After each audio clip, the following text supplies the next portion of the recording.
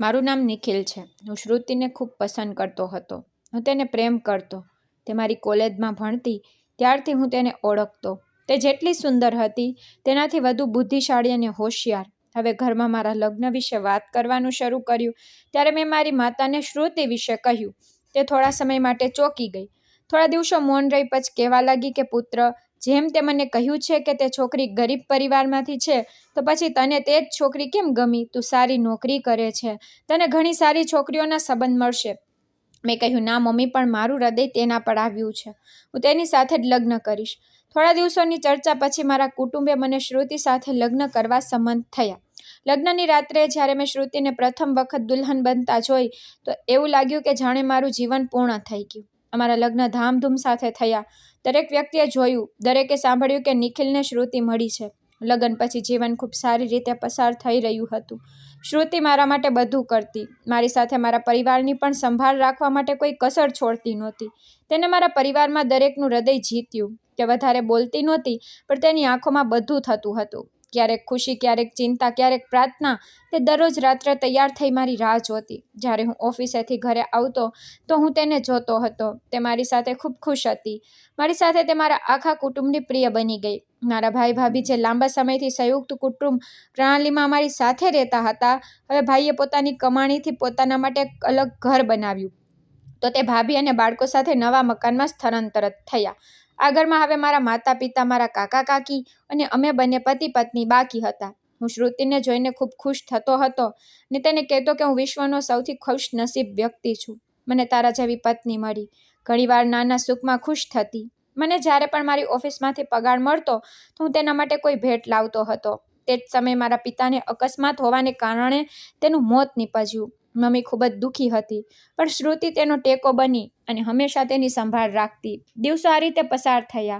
રાતના સમયે હું અને શ્રુતિ મમ્મી પાસે બેસી ઘણી બધી વાતો કરતા અને રૂમમાં આવ્યા પછી તે મારું માથું અને પગ દબાવતી. કહેતી કે તમે ખૂબ મહેનત કરો છો, થાકી જતા હશો. જ્યારે તે તૈયાર થયા પછી મારી આંખો સામે આવતી ત્યારે મારી આંખો તેના ચહેરાથી દૂર થતી નહોતી. તે ખૂબ સુંદર દેખાતી હતી. અમારું જીવન ખૂબ જ ખુશીથી પસાર થઈ રહ્યું હતું, પરંતુ મને હવે ખૂબ વિચારમાં ડૂબી ગઈ હોય તેવું લાગતું હતું. એક દિવસ જ્યારે હું ઓફિસથી પરત ફર્યો તો મમ્મી મારી રાહમાં બેઠી હતી. શ્રુતિ તેના રૂમમાં જ હતી. મારી માતાનો આશીર્વાદ લીધો. તેમની નજીક બેઠી તો મમ્મીએ કહ્યું કે તમારા લગ્નને ઘણા વર્ષ થઈ ગયા છે, હવે સારા સમાચાર આપવા જોઈએ. મેં આ વાતની અવગણના કરી અને કહ્યું કે મમ્મી, હજી તો આખું જીવન પડ્યું છે. મમ્મીએ ચાનો કપ રાખ્યો અને કહ્યું કે પુત્ર, જ્યારે ખોરો ભરાય છે ત્યારે સ્ત્રીનો સન્માન બને છે, જ્યારે તે માં બને છે. મેં શ્રુતિ તરફ જોયું તો તે નજર નીચી કરી અને અંદર ગઈ. મને લાગ્યું કે જાણે તે હતાશ થઈ ગઈ હોય. હું મારી મા સાથે દલીલ કરવા માંગતો નહોતો, તેથી મૌનથી રૂમમાં આવ્યો. તે રાત્રે અમે બંને આ વિશે વાત કરી રહ્યા હતા. શ્રુતિ કહેવા લાગી કે તમને શું લાગે છે, મમ્મી બરાબર કહે છે? મેં કહ્યું કે તું મારી પત્ની છે, મારો પ્રેમ, બાળક થાય કે ન થાય તું મારા માટે પૂરતી છે. તેને મારી તરફ જોયું પછી મૌન બની ગઈ, પરંતુ માના દબાણમાં આવતા કેટલાક દિવસો સુધી વધારો થયો.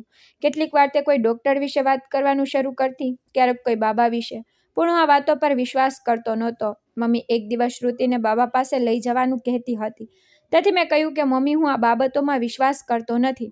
મમ્મીએ કહેવાનું શરૂ કર્યું, પરંતુ હું વિશ્વાસ કરું છું. હું માં છું. માં ઈચ્છે છે કે તેના પુત્રની જાતિ આગળ વધે. તે મૌન સાથે શ્રુતિને બાબા પાસે લઈ જતી હતી. ન કાંઈ પણ કહેતી કે કંઈ પણ પૂછતી. એક દિવસ કાકીએ માને ઘણું સમજાવ્યું, કહ્યું કે શ્રુતિને કોઈ પણ બાબા પાસે ન લઈ જાઓ. આપણે ઉપરવાળાની ઈચ્છા માટે રાહ જોવી જોઈએ. અહીં સુધી કાકીએ સ્પષ્ટ શબ્દમાં કહ્યું કે દરેક વસ્તુ સમયસર થાય છે. ભાભી, તમને કોઈ દબાણ ન કરવું જોઈએ. ઉપરવાળાની ઈચ્છા માટે રાહ જોવી જોઈએ. તેથી માં હવે મૌન થઈ ગઈ. મેં જોયું હતું કે શ્રુતિ પણ સંતાઈને રડતી હતી. મેં એકવાર શ્રુતિને કહ્યું કે જો તું ઈચ્છે તો ડૉક્ટર પાસે જઈ શકે છે. હું આ તારા કારણે કહું છું. સત્ય તો એ કે મને કોઈ ઉતાવળ નથી, પરંતુ ચારે બાજુથી વાતો વધી રહી હતી અને માની જીભ પણ હંમેશા એ રહેતું કે પુત્ર, મારી છેલ્લી ઈચ્છા છે કે હું તારા બાળકને જોઈ શકું. હું મૌન થઈ ગયો, કારણ કે મારી પાસે જવાબ નહોતો. હું જોઈ રહ્યો હતો કે શ્રુતિ લાંબા સમયથી ખૂબ જ પરેશાન હતી અને મૌન રહેતી. મેં વિચાર્યું કે અમારા લગ્ન થયા છે ત્યારથી જ મેં તેને ક્યાંય બહાર લઈ ગયો નથી, તેથી હું તેને ગોવા ફરવા લઈ ગયો. થોડા દિવસ પછી જ્યારે અમે ત્યાંથી પાછા આવ્યા તો હૃદયનો બોજ હજી તે સમાન હતો. મારી પત્નીને વચન આપ્યું કે આપણે એકબીજાને સપોર્ટ કરીએ છીએ. બાળક થાય કે ન થાય, આપણે એકબીજા માટે પૂરતા છીએ. સમય પસાર થતો ગયો અને અમે કેટલાક ચેકઅપ પણ કરાવ્યા, પરંતુ રિપોર્ટ સામાન્ય હતા. ડૉક્ટરે કહ્યું કે તેમ થાય છે કે સમય લાગે છે, તમારે અસ્વસ્થ થવાની જરૂર નથી. પરંતુ સમય તો પસાર થઈ રહ્યો હતો અને અમારા હાથમાં કંઈ આવતું નહોતું. હવે અમારા લગ્નને 3 વર્ષ થવાના હતા. આજુબાજુના લોકોની નજર પણ બદલાઈ રહી હતી. કેટલાક સંબંધીઓએ વાતોમાં નકારાત્મક ટિપ્પણીઓ પણ સામેલ કરી દીધી હતી કે સારા સમાચાર ક્યારે સંભળાવી રહ્યા છો, ક્યારે સારા સમાચાર આપશો. આ બધું સાંભળી શ્રુતિ અંદરથી તૂટી રહી હતી. એક દિવસ તેણે કહ્યું કે જો અમે બંને માતા પિતા ન બન્યા તો શું થશે? મેં કહ્યું કે કંઈ થશે નહીં, અમે બંને એકબીજા સાથે જેમ ખુશ છીએ પછી તેમ જ ખુશ રહીશું. પરંતુ મારા સ્મિતમાં વિશ્વાસ ઓછો, તસલ્લી વધુ હતી. અને આ તે સ્થાન હતું જ્યાં પ્રેમ તેની વાસ્તવિકતા અજમાઈશમાં પ્રવેશ્યો હતો. અને મને હજી પણ એવું લાગતું હતું કે આપણે બધું સંભાળી લઈશું, પરંતુ જીવને જે વિચાર્યું હતું તે અમને ખબર નહોતી. સમય પસાર થયો અને અમારું જીવન એક મૌનમાં ફેરવાઈ રહ્યું હતું. હું સવારે ઓફિસ જતો, શ્રુતિ ઘરના નાના કામકાજ કરતી. કેટલીક વાર મમ્મી તો કાકીની નજીક બેસીને તેનું હૃદય હળવું કરતી હતી. સંતાન ન થવાનું દુઃખ ક્યાંક હતું, પરંતુ અમે જીવન જીવવાની રીત અપનાવી હતી. એક દિવસ જ્યારે હું ઓફિસેથી પાછો આવ્યો ત્યારે મેં જોયું કે શ્રુતિનો ચહેરો એકદમ બદલાયેલો હતો. મેં કહ્યું, શું થયું છે તને? મને તેનું સ્વાસ્થ્ય સારું લાગતું નહોતું. તેણે કહ્યું કે કંઈ નહીં, કદાચ હવામાન બદલાવાની સંભાવના છે. બીજા દિવસે જ્યારે હું ઓફિસ માટે જાગ્યો તો મેં જોયું કે શ્રુતિએ નાસ્તો કર્યો નહોતો. તે ધાબળો પકડીને રૂમમાં પડેલી હતી. મેં કહ્યું કે શું થયું? તેણે કહ્યું કે મારું સ્વાસ્થ્ય સારું નથી, રાતથી તાવ અને ઉધરસ છે. મેં તેના માથાને સ્પર્શ કર્યું. તે ખરેખર ખૂબ ગરમ થઈ રહી હતી. હું તરત જ તેને ડૉક્ટર પાસે લઈ ગયો. ડૉક્ટરે શ્રુતિની તપાસ કરી અને દવા આપી. કહ્યું કે તાવ નમ્ર લાગે છે, દવાથી મટી જશે. પરંતુ જો 3 દિવસમાં સ્વાસ્થ્ય સારું ન થયું તો કેટલાક પરીક્ષણો કરવામાં આવશે. 3 દિવસ પસાર થયા હતા. શ્રુતિનું સ્વાસ્થ્ય સારું થવાનું નામ લઈ રહ્યું નહોતું. તેના તાવ અને ઉધરસમાં કોઈ તફાવત નહોતો. તે વારંવાર પાણી પીતી હતી, ઉધરસ ખાતી હતી. તેના માટે શ્વાસ લેવાનું મુશ્કેલ થઈ રહ્યું હતું. મેં તેને હોસ્પિટલમાં લઈ જવાનું નક્કી કર્યું. ત્યાં ગયા પછી તેના કેટલાક રક્ત પરીક્ષણો થયા. એક દિવસ પછી અહેવાલ આવ્યો. ડૉક્ટરે મને રૂમમાં બોલાવ્યો અને કહ્યું કે શ્રી નિખિલ, અમને તમારી સાથે કેટલીક મહત્વપૂર્ણ વાત કરવી છે. તમારે સાથી સાંભળવા માટે તૈયાર રહેવું જોઈએ. હું થોડો પરેશાન થઈ ગયો. મેં કહ્યું, શું વાત છે? ડૉક્ટરે કહ્યું કે તમારી પત્નીને બ્લડ કેન્સર છે. અચાનક ફાઇલ મારા હાથમાંથી પડી ગઈ. એવું લાગ્યું જેમ બધું બદલાઈ ગયું છે. મેં કહ્યું, આ તમે શું કહો છો? ચોક્કસ તમારાથી કોઈ ભૂલ થઈ છે. ડૉક્ટરે મને અહેવાલ બતાવ્યો અને કહ્યું કે આ સમયે તમારી પત્નીની સ્થિતિ આ રોગની તરફ ઇશારો કરે છે. તમારે ધ્યાન આપવું પડશે. તરત જ તેમની સારવાર તરફ આગળ વધવું પડશે. હું હોસ્પિટલમાંથી બહાર નીકળ્યો. શિયાળામાં પણ મારો પરસેવો નીકળતો હતો. હું સંપૂર્ણપણે મૌન થઈ ગયો. આ તે સમાચાર હતા જે અંદરથી વ્યક્તિને તોડે છે. ઘરે પહોંચ્યો તો મારી પત્ની પલંગ પર પડી હતી. મને જોઈને પૂછ્યું કે શું થયું? અહેવાલમાં શું આવ્યું છે? મેં મારી આંખો ચોરી કરી અને કહ્યું કે કંઈ પણ નહીં, માત્ર વાયરસ તાવ છે. તારા માટે ડૉક્ટરે દવા આપી છે. તે હસીને કહેવા લાગી કે સારું. મને પણ લાગ્યું કે કોઈ મોટી વાત નહીં હોય. હું બળજબરીથી હસ્યો અને કહ્યું કે હા, તું આરામ કર, બધું ઠીક થઈ જશે. તે જ રાત્રે મેં મારી જાતને વચન આપ્યું કે હું શ્રુતિને સત્ય કહીશ નહીં. તે ખૂબ જ નબળી થઈ ગઈ છે. તેની હાલત પહેલાં જ બગડી ગઈ છે. જો તેને ખબર પડશે કે તે આટલી મોટી બીમારીની શિકાર છે તો તે માનસિક રીતે પણ તૂટી જશે. બીજા દિવસે મેં એક મોટા હોસ્પિટલમાં એપોઇન્ટમેન્ટ લીધી અને તેનું સંપૂર્ણ ચેકઅપ કરાવ્યું. કેટલાક પરીક્ષણો થયા પછી ડૉક્ટરે તેની મોંઘી સારવાર શરૂ કરી. કેમોથેરાપી અને બાકીની સારવાર પણ. વારંવાર હોસ્પિટલમાં જવાને કારણે 2 ભાગોમાં મારું જીવન થઈ ગયું હતું. એક તે સમય જે હું ઓફિસમાં પસાર કરતો હતો, બીજો હોસ્પિટલ અને મેડિકલ લેબની વચ્ચે પસાર થતો હતો. દર વખતે શ્રુતિને જ કહેતો કે માત્ર થોડું ચેપ છે. ડૉક્ટરે તેને સંપૂર્ણ આરામ માટે કહ્યું હતું. તે સંમત થતી હતી. તેને ક્યારેય શંકા કરી નથી. તે હજી મારા માટે સાંજે તૈયાર થઈ દરવાજા પર મારી રાહ જોતી. મારી કમાણીના તમામ પૈસા શ્રુતિની સારવારમાં લાગી રહ્યા હતા. મેં મારી બધી બચત કાઢી. મિત્રો પાસેથી પણ ઉધાર લીધો. કેટલાક ઘરેણાંને ગીરવી રાખ્યા. શ્રુતિને આ વાતની જાણ પણ થવા દીધી નહીં. પરંતુ કેટલીક વાતો છુપાયેલી રહેતી નથી. એક દિવસ તેણે કહેવાનું શરૂ કર્યું કે મને સત્ય કહો, મને કોઈ ગંભીર રોગ નથી ને? કારણ કે મેં મારા શરીરમાં ઘણા બધા ફેરફારો અનુભવ્યા છે. મેં માથને ફેરવવાનો પ્રયાસ કર્યો. કહ્યું કે તું વધુ વિચારે છે. દરેક રોગ મોટો હોતો નથી. તારે ફક્ત આરામ કરવાની જરૂર છે. તે મૌન બની ગઈ, પણ હું જાણતો હતો કે તે હવે સમજવા લાગી હતી. મેં નક્કી કર્યું કે હું શક્ય તેટલા સમય સુધી તેની સંભાળ રાખીશ, પરંતુ અંદરથી હું વિખેરાતો જતો હતો. દર અઠવાડિયે હોસ્પિટલમાં જવું, દવાઓ લેવી, પરીક્ષણો કરવા, પછી રિપોર્ટની રાહ અને આગલી એપોઇન્ટમેન્ટની ગોઠવણી. આ એક એવું ચક્ર હતું જે અંતનું નામ લેતું નહોતું. થોડા સમય માટે મેં બંને હિંમતથી પરિસ્થિતિનો સામનો કર્યો. હું ઓફિસની રજા લેતો હતો. કેટલીક વાર તો એવું થતું કે હોસ્પિટલમાંથી સીધો ઓફિસ જતો હતો. થાકથી શરીર કચરી રહ્યું હતું, પરંતુ આરામ કરવાનો કોઈ સમય નહોતો. ઘરે આવતો તો મમ્મી રાશનની સૂચિ આપતી. પુત્ર, ઘરનું રાશન પૂરું થઈ ગયું, પરંતુ હવે મારી પાસે પૈસા પૂરા થઈ ગયા હતા. મેં વિચાર્યું હતું કે ઘરે જમવાનું હોય કે નહીં, પરંતુ મારી પત્નીની દવા ખૂબ જ મહત્વપૂર્ણ છે. આ વસ્તુ શ્રુતિને પણ દેખાતી હતી કે હું ખૂબ જ પરેશાન છું. તે પણ જાણતી હતી કે મારી પાસે પૈસા નથી. એક દિવસ જ્યારે હું ઓફિસ જવા માટે તૈયાર થઈ રહ્યો હતો, ત્યારે તેણે ગુપ્ત રીતે મારા પેન્ટના ખિસ્સામાં 10,000 મૂક્યા હતા. મેં તેને પૂછ્યું કે આ ક્યાંથી આવ્યા, તો તેણે કહેવાનું શરૂ કર્યું કે મેં મારી જૂની રિંગ વેચી નાખી. મેં તેનો હાથ પકડ્યો અને કહ્યું કે તું આ બધું કેમ કરી રહી છે? તેને કહ્યું, કારણ કે હું જીવવા માંગુ છું અને હું તમને એકલા છોડી શકતી નથી. ઘરમાં આવે ભૂખ્યા રહેવાની સંભાવના આવી ગઈ હતી. ઘણા દિવસો એવા હતા કે અમે ફક્ત ચાથી ગુજારો કરતા. શ્રુતિ હવે ખૂબ નબળી પડી ગઈ હતી, પરંતુ તે પણ મારી સામે મજબૂત રહેવાનો પ્રયત્ન કરતી. એક દિવસ ગેસ પણ બંધ થઈ ગયો અને વીજળી પણ કાપી નાખી.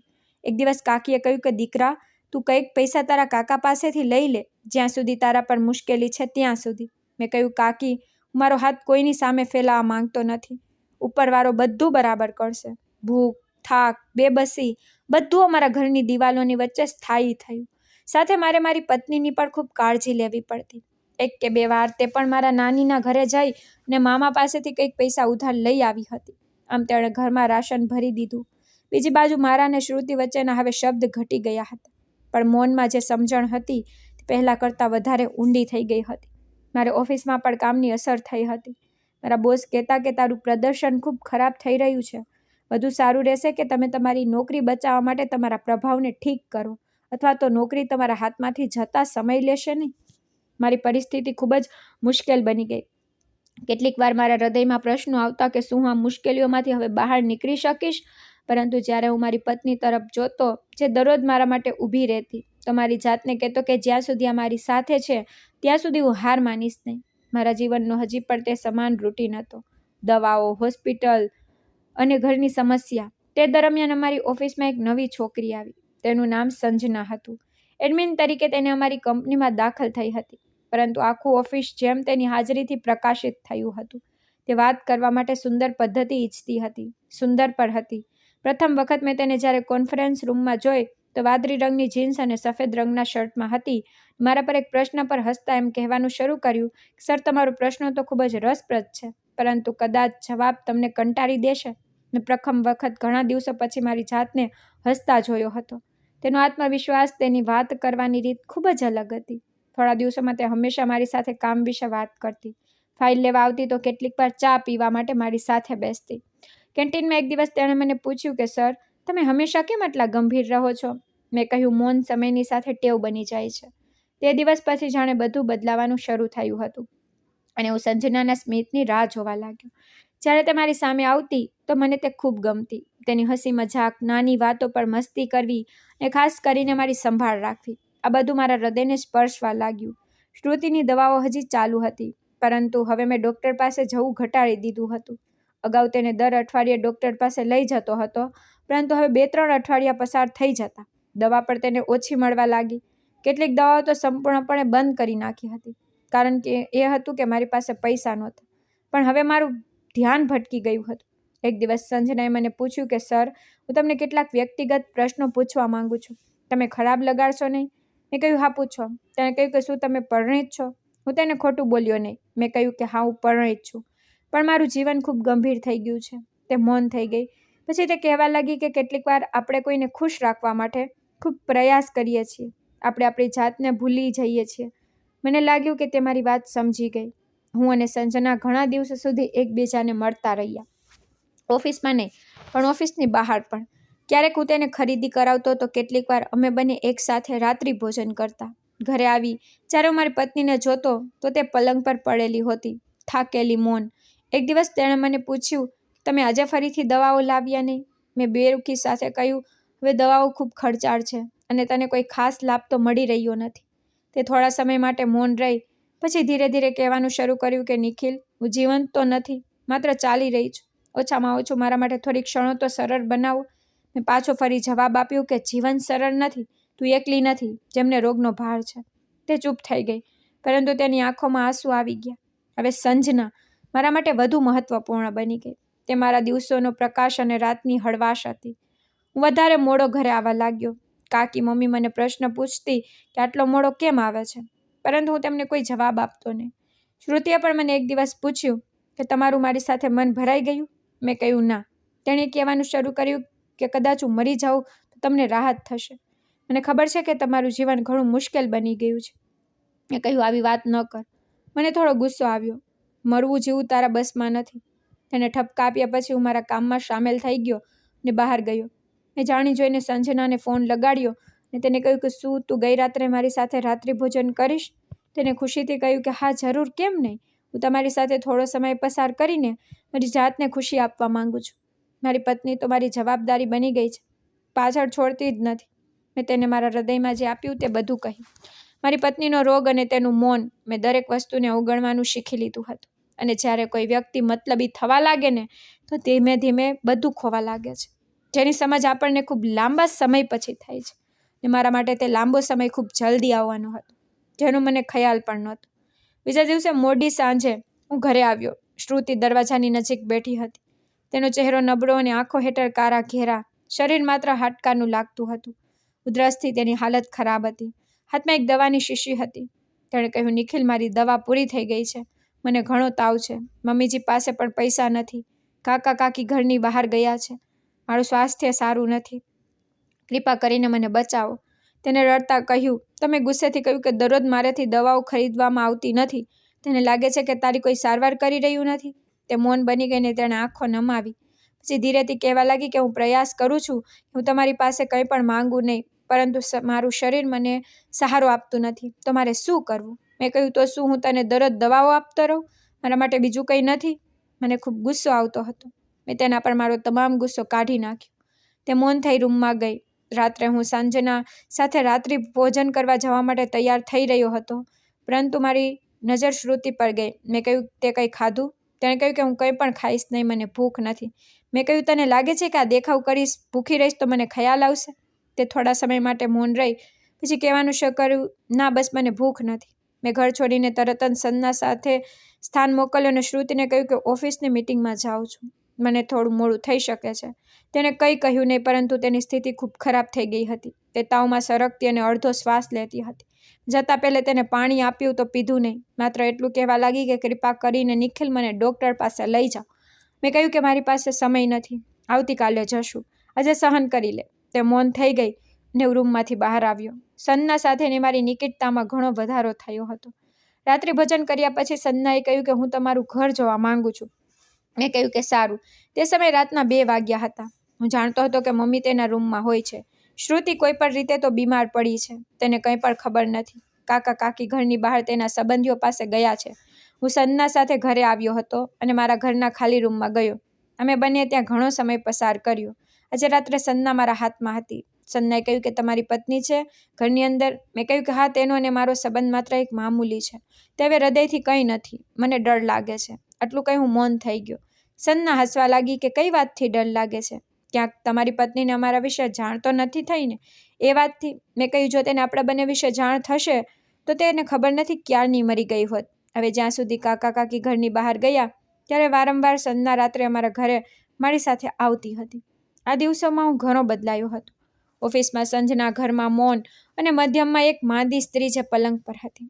એક દિવસ મેં ઓફિસની રજા લીધી, પરંતુ ઘરે જવાને બદલે હું સંજનાને સહેલગાહ પર લઈ ગયો. જ્યારે હું પાછો આવ્યો અને મારા રૂમમાં પ્રવેશ્યો તો શ્રુતિનું શરીર નિર્જીવ લાગ્યું. તેનો શ્વાસ લેવાનો સ્પષ્ટ અવાજ આવતો હતો. મેં તેને પાણી પીવડાવ્યું તો તેણે કહેવાનું શરૂ કર્યું કે નિખિલ, મને ડૉક્ટર પાસે લઈ જાઓ. મને એવું લાગે છે કે જેમ મારી સાથે કંઈક ખરાબ થવાનું છે. મેં મારો મોબાઈલ જોયો, જેની બેટરી સમાપ્ત થઈ ગઈ હતી. મેં કહ્યું, હું હજી જઈ શકતો નથી. મારા મોબાઈલને ચાર્જ કરવા દે. તેણે માત્ર મારો હાથ પકડ્યો કે નિખિલ, માત્ર થોડા સમય માટે લઈ જાઓ. મારું સ્વાસ્થ્ય બરાબર નથી. મેં કહ્યું, શ્રુતિ, તું કેમ સમજતી નથી? તારી સારવાર ખૂબ ખર્ચાળ છે અને લાભ કંઈ પણ નથી. તારે હવે જાતે સમજવું જોઈએ. તે મૌન બની ગઈ. ફક્ત તેની આંખોમાંથી આંસુ બહાર આવી રહ્યા હતા. તેણે કહ્યું, તો હવે મને ક્યારેય દવા નહીં મળે? મેં કહ્યું, ના. હું થાકી ગયો છું તારી સારવાર કરાવતા કરાવતા. રૂમમાંથી બહાર નીકળી ગયો ને તે તેના ચહેરાને છુપાવીને સૂઈ ગઈ. મારી માએ મને બપોરના સમયે એવું કહ્યું હતું કે પુત્ર, તારી પત્નીનું સ્વાસ્થ્ય સારું નથી. તું તો સૂતો જ રહ્યો પણ તેને આખી રાત ઊંઘ ન આવી. તે ફક્ત તને જોતી રહી. મેં અભદ્ર રીતે કહ્યું, તો શું હવે હું તેની સાથે બધો સમય બેસું? મારી પાસે વધુ કામ પણ હોય છે. મમ્મી થોડા સમય માટે મૌન રહી. પછી તેણીએ કહેવાનું શરૂ કર્યું કે તે તેને પ્રેમ કર્યો હતો કે ઉપકાર. મારી પાસે તેના પ્રશ્નોનો કોઈ જવાબ નહોતો. શ્રુતિ હવે પલંગ પરથી પણ ઊભી થઈ શકતી નહોતી. એક દિવસ મેં કહ્યું કે આ તે તારી કેવી સ્થિતિ બનાવી છે? તારી તરફ જોતા એવું લાગે છે કે જેમ તું વિશ્વની સૌથી પરેશાન સ્ત્રી છે. તેણે કહ્યું કે મેં ક્યારેય તમારી પાસેથી કંઈ પણ માંગ્યું નથી. હું માત્ર જીવા માંગુ છું, તમારી સાથે.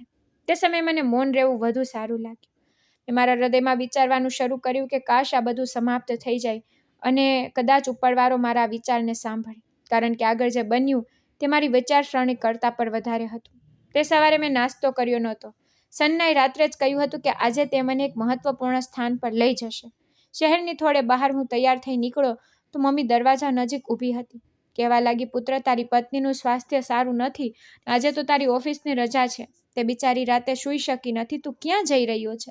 ઝડપથી જવાબ આપ્યો કે હું પાછો આવીને તેને જોઉં છું. મારે ખૂબ જ મહત્વપૂર્ણ મીટિંગમાં જવું પડશે. મમ્મી કંઈક કહેવા માંગતી હતી પણ હું ચાલ્યો ગયો. કારમાં બેસતા સંજના ખુશ થતાં કહ્યું કે આજે તમે ફક્ત મારા છો. કોઈ કોલ નહીં, કોઈ હતાશા નહીં. આજે ફક્ત આપણે બંને એકબીજા માટે હોવા જોઈએ. અમે શહેરની બહાર એક સુંદર સ્થળે સમય પસાર કર્યો. રેસ્ટોરન્ટમાં ખોરાક ખાધો, ફોટા પાડ્યા અને તે જ ફોટો સંજનાએ સોશિયલ મીડિયા પર અપલોડ કર્યા. હું બધું ભૂલી ગયો હતો. ત્યાં સુધી મારા ઘરને પણ, જ્યાં મારી માંદી પત્ની તેની નબળી શ્વાસ લઈ રહી હતી. સાંજે પાછા આવતા સમયે સંજનાએ મારો હાથ પકડ્યો અને કહ્યું, તમારી સાથે સમય પસાર કર્યા પછી એવું લાગે છે જાણે બધું સારું થઈ શકે છે.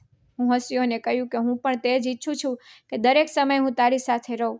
તે પછી અમે શહેર પહોંચ્યા તો મેં મારો મોબાઈલ જોયો તો તેમાં કાકા કાકી અને મમ્મીના ઘણા બધા ફોન હતા. એક સંદેશ પણ હતો કે નિખિલ, ઝડપથી ઘરે આવો, શ્રુતિનું સ્વાસ્થ્ય ખૂબ જ ખરાબ થઈ ગયું છે. મેં સંજનાને તેના ઘરે મૂકી અને ઝડપથી કાર લીધી અને મારે ઘરે જવા રવાના થઈ ગયું. મગજમાં વારંવાર એક સવાલ હતો કે આજે શ્રુતિનું જીવન સમાપ્ત થશે. ઘરે પહોંચ્યો તો દરવાજો પહેલેથી જ ખુલ્લો હતો. ઘરમાં ઘણા લોકો હતા. ઊંડું મૌન છવાયેલું હતું. મમ્મી અને કાકા કાકી ખૂબ ગંભીર દેખાતા હતા. જેમ મમ્મીની નજર મારા પર પડી, તેણે કહ્યું કે દીકરા, તે આવવામાં ઘણો સમય લીધો. શ્રુતિ હવે આ દુનિયામાં નથી. આ સાંભળીને જેમ હું એક ક્ષણ માટે સ્થિર થઈ ગયો. મારી અંદર કંઈ તૂટ્યું નહોતું, ન કોઈ અફસોસ થયો. આંખોમાં થોડા આંસુ આવ્યા પણ હું બેસી ગયો. કાકીએ મને આશ્ચર્ય સાથે જોયો કારણ કે હું સોફા પર બેસીને પાણી પીતો હતો. તેણે કહ્યું કે નિખિલ દીકરા, તને દિલગીર નથી? તને ખૂબ પ્રેમ કરનાર પત્ની આ દુનિયા છોડી ગઈ? મેં કહ્યું, કાકી, દુઃખ કઈ વાતનો કરું? તે તો પહેલેથી જ સમાપ્ત થઈ ગઈ હતી. માત્ર શ્વાસ બાકી હતો. શ્રુતિનો મુદ્દે ઘરની એકદમ વચ્ચે રાખવામાં આવ્યો હતો. કાકી આગળ કંઈ કહ્યું નહીં. તે મૌન થઈ ગઈ. થોડા સમય પછી કાકા આવ્યા અને કહ્યું કે અંતિમ સંસ્કારની તૈયારી શું છે? મેં ખંભાને ઊંચા કરતાં કહ્યું કે મને કંઈ પણ ખબર નથી. તમે લોકો લઈ જાઓ, તેના અંતિમ સંસ્કાર કરો. હું ખૂબ થાકી ગયો છું. હું પણ થોડા સમય માટે આવું છું કપડાં બદલાવીને. કાકાએ કહ્યું કે તારો મોબાઈલ ક્યાં છે? તારી પત્નીના શરીરને ઘરમાં છોડીને તું આરામથી બહાર ફરી રહ્યો હતો. તને કેટલા ફોન કર્યા અને દિવસ દરમિયાન પણ તને કહેવામાં આવ્યું હતું કે શ્રુતિનું સ્વાસ્થ્ય સારું નથી, તો પણ તું તેને છોડીને ચાલ્યો ગયો અને હવે કહે છે કે પછીથી આવીશ. મેં કહ્યું, કાકા, હું મજબૂર હતો. મને ખબર નહોતી કે તે મરી જશે. કોઈ પણ રીતે મને કંઈ વાંધો નથી. હું જાણતો હતો કે એક દિવસ તેની જીવન જવાનું છે, કારણ કે હું તેની માંદગી વિશે ખૂબ સારી રીતે જાણતો હતો. આ સાંભળીને ઘરના દરેક લોકોને આશ્ચર્ય થયું. મારી આંખોમાં ગુસ્સો હતો. મમ્મીએ કહ્યું કે પુત્ર, તું માત્ર પતિ જ નહોતો, તેની તારા પર જવાબદારી હતી. જો તને જાણ હતી તો તે કેમ તેની સારવાર ન કરાવી? તારે તેને બચાવવાનો પ્રયત્ન કરવો જોઈતો હતો, પરંતુ તે તો માનવતા પણ છોડી દીધી. મેં આંખો ચોરી કરી.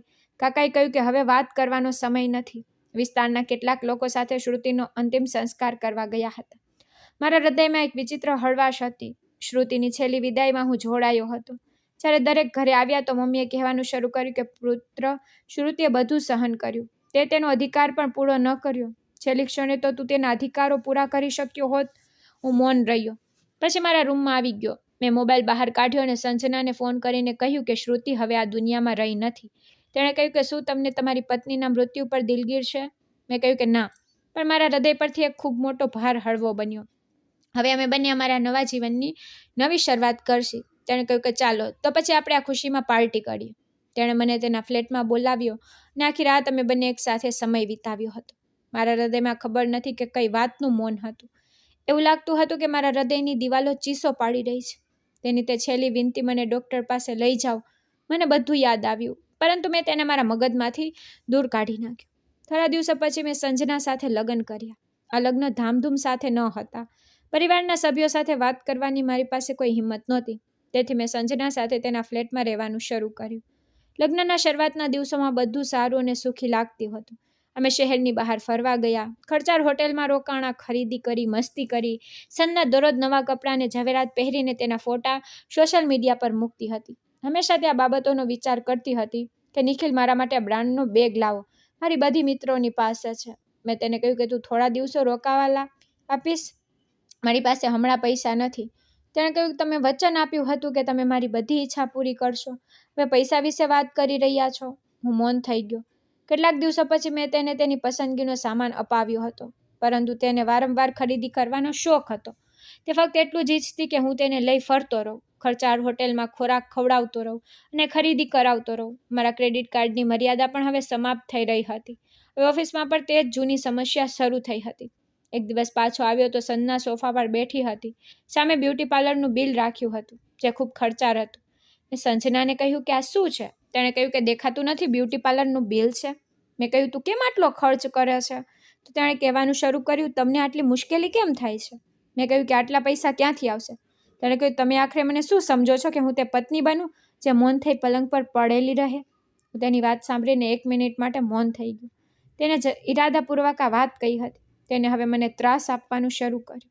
એક દિવસ હું ઊંઘમાંથી જાગીને ઊભો થયો. મારું આખું શરીર પરસેવામાં પલળેલું હતું. મેં મારા સ્વપ્નમાં શ્રુતિને જોઈ હતી, જે વારંવાર કહેતી હતી કે મને ડૉક્ટર પાસે લઈ જાઓ. મેં પાણી પીધું અને મારી જાતને દિલાસો આપ્યો કે આ એક સ્વપ્ન હતું. બીજા દિવસે ઓફિસમાં કામ કરવા માટે ધ્યાન પણ આપી શક્યો નહીં.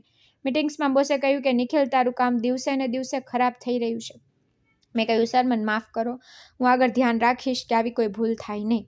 ઘરે આવ્યો તો સંજના નવા ડિઝાઇનર ડ્રેસમાં તૈયાર બેઠી હતી. કહેવા લાગી કે આજે એક નવું રેસ્ટોરન્ટ ખુલ્યું છે, ત્યાં જઈએ.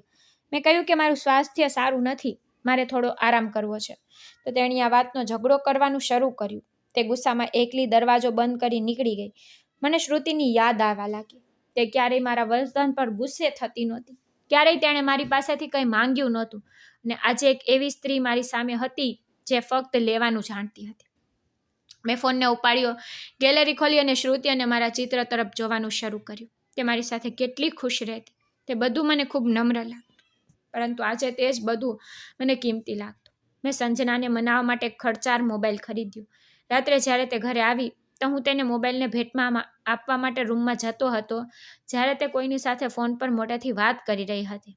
ના યાર, મને જૂનું જીવન નથી જોઈતું. સમજ, હમણાં તો હું એક મોટું વિશેષ જીવન પસાર કરું છું. મેં ધીમેથી દરવાજો બંધ કર્યો, તેને ફોન પર વાત કરવા દીધી. બીજા દિવસે જ્યારે મેં મારું બેંક એકાઉન્ટ તપાસ્યું તો મારું બેંક બેલેન્સ લગભગ સમાપ્ત થઈ ગયું હતું. મેં ગણતરી કરી કે છેલ્લા 3 મહિનામાં જેટલો ખર્ચ થયો હતો તેમાં અડધો પગાર સંજનાના મેકઅપની શોપિંગ અને ડ્રેસ પર લાગ્યો હતો. મને થોડા દિવસો પછી લંડનથી નોકરીની ઓફર આવી. એમ પણ મારી સ્થિતિ અહીં ખાલી થઈ રહી હતી. તેણે કહ્યું કે અમને તમારી જરૂર છે, એક સ્થિતિ તમારા માટે ખાલી છે. મારા હૃદયમાં આશા જાગી. મેં વિચાર્યું કે લંડન ગયા પછી બધું ઠીક થઈ જશે. લંડન જવાની વાત સંજનાને ખબર પડી તો તેને કંઈ પણ વસ્તુની પડવા ન થઈ. તેને ફક્ત તેના કપડાં અને પગરખાંની ચિંતા થઈ કે ત્યાં ગયા પછી તમે મારા માટે બ્રાન્ડેડ કપડાં અને પગરખાં લાવવાનું ભૂલશો નહીં. હું તો અંદરથી ખૂબ પરેશાન હતો, પરંતુ તેને મારી મુશ્કેલી વિશે કંઈ જાણ નહોતી. તેને ફક્ત તેના શોખને પૂરા કરવા આવડતા હતા. મારી પરિસ્થિતિ બગડેલી હતી. ક્રેડિટ કાર્ડ વધુ પડતું પૂરું થઈ ગયું હતું અને છેલ્લી ચેતવણી ઓફિસ તરફથી મળી હતી. મેં વિચાર્યા વિના લંડન જવાનું નક્કી કર્યું. દસ્તાવેજો પણ થોડા અઠવાડિયામાં પૂર્ણ થયા હતા. જ્યારે સંજનાના હાથમાં પૈસા આવ્યા તો તેના સુખની કોઈ જગ્યા નહોતી. તે દિવસ રાત નવી જગ્યાની મુલાકાત લેવાની અને બ્રાન્ડેડ ફેશન વિશે વાતો કરતી હતી. ફક્ત વિચારતી કે હું લંડન પહોંચતાની સાથે જ પેલા શોપિંગ ક્યાંથી શરૂ કરીશ. મેં કહ્યું કે એકવાર મને ત્યાં જઈને કામ તો શરૂ કરવા દે, આખું જીવન ખરીદી તો ચાલુ રહેશે. તેણે કહ્યું કે તમને શું લાગે છે કે લંડન ગયા પછી શું થશે? હું દરેકને બતાવીશ કે હું કેટલી સ્ટાઇલિશ છું. હું તેની સાથે કોઈ દલીલ કરવા માંગતો નહોતો. અમે ફ્લાઇટ દ્વારા લંડન પહોંચ્યા, પરંતુ થાક કરતાં વધુ મનમાં ઓફિસના પ્રથમ દિવસની ચિંતા હતી. નવી શરૂઆત હતી અને સંજના ખુશીથી છલકાઈ રહી હતી. તેણે કહ્યું કે આ તો જીવન હોય છે નિખિલ, હું બીજા દિવસે ઓફિસ પહોંચ્યો તો સુંદર કાચથી શણગારેલી બિલ્ડિંગનું દ્રશ્ય જોઈને આશ્ચર્ય થઈ ગયો. એક સુંદર છોકરીએ મને આવકાર્યો અને કહ્યું કે સર, તમારી મીટિંગ અમારા CEO સાથે છે. તે તમારી મીટિંગના રૂમમાં ઉપર રાહ જોઈ રહી છે. હું લિફ્ટ દ્વારા ઉપર ગયો. હું એક વિચિત્ર લાગણી અનુભવી રહ્યો હતો. મેં ઝડપથી મારા જેકેટને સરખું કર્યું, દરવાજો ખોલ્યો અને વેઇટિંગ રૂમમાં પ્રવેશ કર્યો. એક ક્ષણ માટે મારા પગલાં રોકાઈ ગયા. મારી સામે જે સ્ત્રી ઊભી રહેલી હતી તે ફરી અને મારી તરફ જોતી હતી. તે બરાબર શ્રુતિ જેવી હતી. લાંબા વાળ, એ જ આંખો, એ જ ચહેરો. હું આશ્ચર્યચકિત થઈ ગયો. મેં વિચાર્યું કે આ કેવી રીતે થઈ શકે છે. તેણે કહ્યું કે લંડનમાં સ્વાગત છે, શ્રી નિખિલ મલ્હોત્રા. મેં મારો હાથ મળાવ્યો અને કહ્યું કે મને લાગે છે કે મેં તમને ક્યાંક જોયા છે. તેણે કહ્યું કે લોકો મને પ્રથમ વખત જોવે છે તો તેઓ એમ જ કહે છે, કંઈ વાંધો નહીં, તમે બેસો. મેં કહ્યું નામ? તેણે કહ્યું કે મારું નામ તો તમને ઈમેલમાં કહેવામાં આવ્યું હશે, શ્રુતિ સિંઘાનિયા.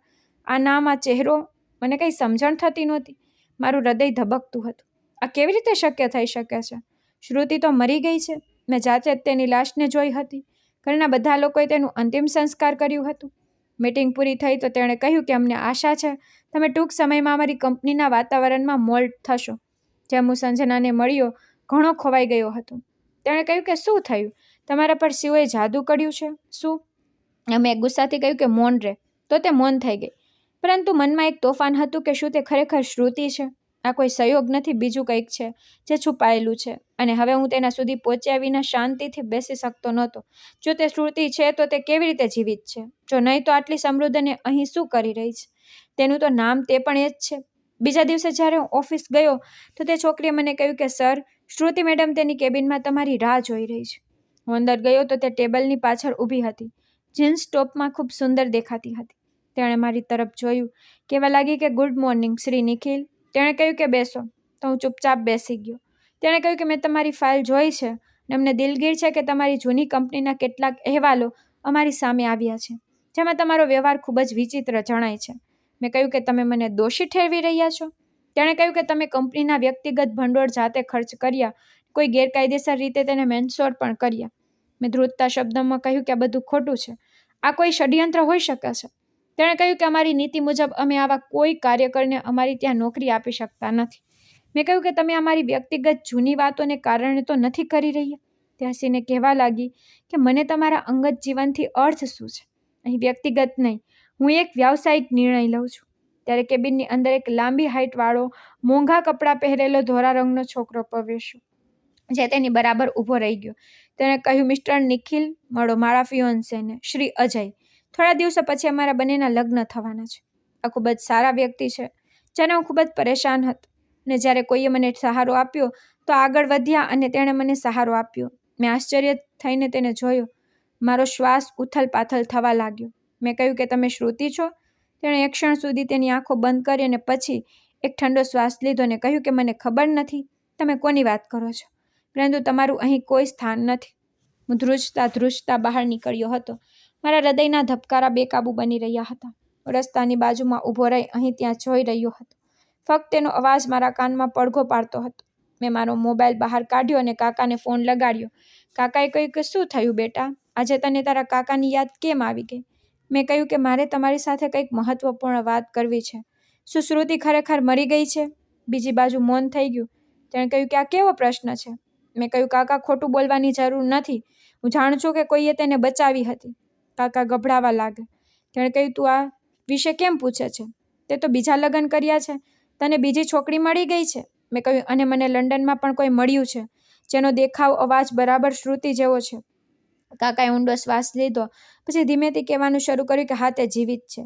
ફોન મારા હાથમાંથી પડતા રહી ગયો. તેણે કહ્યું કે તે દિવસે તેનું મોત નીપજ્યું નહોતું. અમને ખબર પડી ગઈ કે તારું એક છોકરી સાથે અફેર છે. આ જ કારણ છે કે તું તારી પત્ની પર ધ્યાન આપવામાં અસમર્થ હતો. તારી પત્નીનું સ્વાસ્થ્ય તે દિવસે ખૂબ જ ખરાબ હતું, પરંતુ જ્યારે અમે તેને હોસ્પિટલમાં લઈ ગયા, સારવાર દરમિયાન ડૉક્ટરે કહ્યું કે તે બચી શકે છે. આવું શક્ય છે, પરંતુ તેને યોગ્ય સારવાર મળવી જોઈએ, જે તું કરી રહ્યો નહોતો. તેથી મેં અને તારી માએ નક્કી કર્યું કે તે તને કહેશે કે શ્રુતિ મરી ગઈ છે, પરંતુ અમે તેની સંભાળ રાખીશું, તેની સારવાર કરાવીશ. તે વિચાર્યું કે શ્રુતિ મરી ગઈ અને તે આરા નવા જીવનની શરૂઆત કરી. તો તારા પરિવારને છોડીને ગયો, પરંતુ આ સમય દરમિયાન શ્રુતિ એકદમ ઠીક થઈ ગઈ. કદાચ તને શ્રુતિના પરિવાર વિશે ખબર નથી કે શ્રુતિના ભાઈનો લંડનમાં ખૂબ મોટો વ્યવસાય હતો. ભલે તે તેના પરિવારથી અલગ રહેતો હતો, પણ એક અકસ્માત દરમિયાન લંડનમાં તેનું મૃત્યુ થઈ ગયું હતું. શ્રુતિના માતા પિતા સદમામાં મૃત્યુ પામ્યા ત્યારે શ્રુતિ અને તેના ભાઈના વ્યવસાયને સંભાળવાનો નિર્ણય લીધો અને આ રીતે તે લંડન આવી. અને જેની સાથે તે લગ્ન કરવા જઈ રહી છે તે તેના ભાઈનો મિત્ર છે, જે એક સમયે તેના ભાઈનો બિઝનેસ પાર્ટનર હતો. તેણે શ્રુતિને ઘણું સમર્થન આપ્યું અને શ્રુતિ સાથે લગ્ન કરવા માંગે છે. પરંતુ શું તું જાણવા માંગે છે કે શ્રુતિ બીમાર તો હતી, તેમજ સાથે તેને ઝેર પણ આપવામાં આવ્યું હતું. તે રાત્રે તે બીમાર હતી તે રાતે સંજના તેને મળવા અમારા ઘરે આવી હતી અને તેણે શ્રુતિને કહ્યું હતું કે તે તેની મિત્ર છે. જ્યારે તારી માએ તે બંને માટે ચા બનાવી લાવી ત્યારે તેણે શ્રુતિનું ધ્યાન ફરતા તેણે શ્રુતિના કપમાં ઝેરની ગોળીઓ નાખી. પણ ઉપરવાળાની કૃપાથી અમે શ્રુતિને સમયસર બચાવી તારી સામે વ્યક્ત કર્યું કે તે મરી ગઈ છે, કારણ કે તું તેની સાથે ખૂબ ખરાબ કરી રહ્યો હતો. આ સાંભળીને મારા પગ નીચેથી જમીન નીકળી ગઈ. કાકા કહેવા લાગ્યા કે હવે તેની નવી દુનિયા છે અને તે જાતે તેને તે દુનિયા તરફ ધકેલી દીધી છે. આ કહીને તેને ફોન બંધ કર્યો. પરંતુ હવે હું શ્રુતિ પાસે માફી માંગવા માંગતો હતો, બધું ઠીક કરવા માંગતો હતો. જેમ હું ફ્લેટમાં આવ્યો સંજનાએ મને ત્રાસ આપવાનું શરૂ કર્યું કે તમે આખો દિવસ ક્યાં હતા, તમે મારો ફોન કેમ ઉપાડ્યો નહીં. મેં તેની સામે બૂમ પાડી અને મેં કહ્યું કે શ્રુતિને ઝેર આપ્યું હતું. તે મારા શબ્દો સાંભળીને સદબદ થઈ ગઈ. પછી હસીને કહેવા લાગી કે ના, હું આવું કેમ કરીશ. મેં ગુસ્સાથી તેનું ગળું પકડ્યું અને કહ્યું કે સાચું કહો, તે મારા ઘરે જઈ વાતોમાં શ્રુતિના ચામાં ઝેરની ગોળીઓ નાખી હતી. મૂર્ખ છોકરી, તે મરી નથી, તે તો તેનો ફાયદો કર્યો. તે જીવિત છે અને મારી કંપનીની માલકીન છે. તેણે બૂમ પાડી અને કહ્યું કે હા, મેં તેને મારવાનો પ્રયત્ન કર્યો કારણ કે હું તમને મેળવવા માંગતી હતી, હું તમને પ્રેમ કરતી હતી. મેં કહ્યું કે તે આ બધું કયા પ્રેમના આધારે કર્યું. તે હવે તારી સાથે નથી અને મારી પાસે હવે કંઈ બાકી નથી. એક તો મેં તેના મોં પર થપ્પડ માર્યો અને બીજો મને તેના પર ગુસ્સો આવતો હતો કે તેને આટલી ચાલાકી કરવાની શું જરૂર હતી. હું ગુસ્સાથી મારા રૂમમાં ગયો. હું ખૂબ જ શરમજનક થતો હતો, પરંતુ છેલ્લી વખત શ્રુતિ સાથે વાત કરવા માંગતો હતો. બીજા દિવસે હું તેના કેબિનમાં ગયો. તે ખુરશી પર બેઠી હતી અને તેનો પતિ અજય પણ તેના સમાન હતો. તેણે મને જોયો. તેની આંખોને આશ્ચર્ય નહોતું. તે જાણતી હતી કે હું આવીશ. તેણે કહ્યું બેસી જાઓ. તો હું બેસી ગયો. મેં કહ્યું કે હું જાણું છું કે તું જીવિત છો. હું તારી પાસે માફી માંગવા આવ્યો છું. મેં તારી સાથે જે પણ કર્યું કદાચ તેની સજા ખૂબ મોટી છે. માંદગીના સમયમાં મેં તને એકલી છોડી દીધી. તેણે કંઈ પણ કહ્યું નહીં.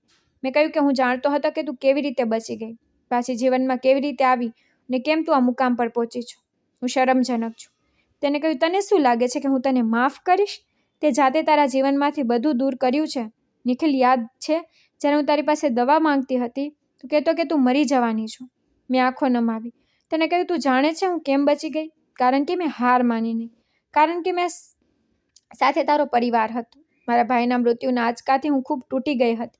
પછી મેં વિચાર્યું કે મેં આખી જિંદગી કોઈને કોઈ ફરિયાદ કરી નથી, કોઈની પાસેથી કંઈ પણ માંગ્યું નથી. તો હવે જે મારા ભાઈનું છે તેના પર મારે મારો અધિકાર મૂકવો જોઈએ. તારા કુટુંબે મને માની બોધ નહીં અને તે મને એકદમ તારા જીવનમાંથી કાઢી નાખી. હું તે દિવસે મૃત્યુ પામી હતી જ્યારે મને ખબર પડી કે તે કોઈ બીજાને પસંદ કરવાનું શરૂ કર્યું છે. તારા હૃદય મારાથી ભરાઈ ગયું. મેં આખી જિંદગી તને પ્રેમ કર્યો, ક્યારેય તારા પ્રેમનો અભાવ છોડ્યો નથી, પરંતુ તું બદલી ગયો નિખિલ. તે ઘરેથી મારી નજીક આવી અને કહેવાનું શરૂ કર્યું કે તું ક્યારેય ખુશ રહી શકીશ નહીં. પ્રેમ તને તડપાવશે અને તું દરેક ક્ષણે મરીશ. મેં કહ્યું તું મને બધું આપી રહી છે. તે હસીને કહેવા લાગી કે મારું હૃદય તો અંતિમ સંસ્કાર દરમિયાન અગ્નિમાં સળગી ગયું. ઊભો થઈને દરવાજા તરફ આગળ વધ્યો. મેં ફરીને તેની તરફ જોઈને કહ્યું કે તું ખુશ છો? તેને કહ્યું હા, કારણ કે મને તારા કરતાં વધુ સારું કોઈ મળી ગયું છે, જેમ તને મારા કરતાં વધુ સારું કોઈ મળી ગયું હતું. હું અજય સાથે મારું નવું જીવન શરૂ કરવા જઈ રહી છું. તેનું વાત સાંભળીને મારું હૃદય જેમ એક ક્ષણમાં બેસી ગયું. હું પાછો મારા ફ્લેટમાં આવ્યો. જેમ મારી આંખો ટેબલ પર ગઈ તો મેં જોયું કે ત્યાં ડાયવોર્સના કાગળો રાખ્યા હતા. સંજનાએ તેમના પર સાઇન કરી અને તેના સામાન સાથે ત્યાંથી ચાલી ગઈ હતી. સાથે મારું પણ બધું લઈ ગઈ હતી, પૈસા, અહીં સુધી મારું નામ પણ. હવે હું એક નાનો માણસ બની ગયો હતો અને આ વ્યક્તિ આ અજાણ્યા શહેરમાં દરની ઠોકર ખાઈ રહ્યો હતો.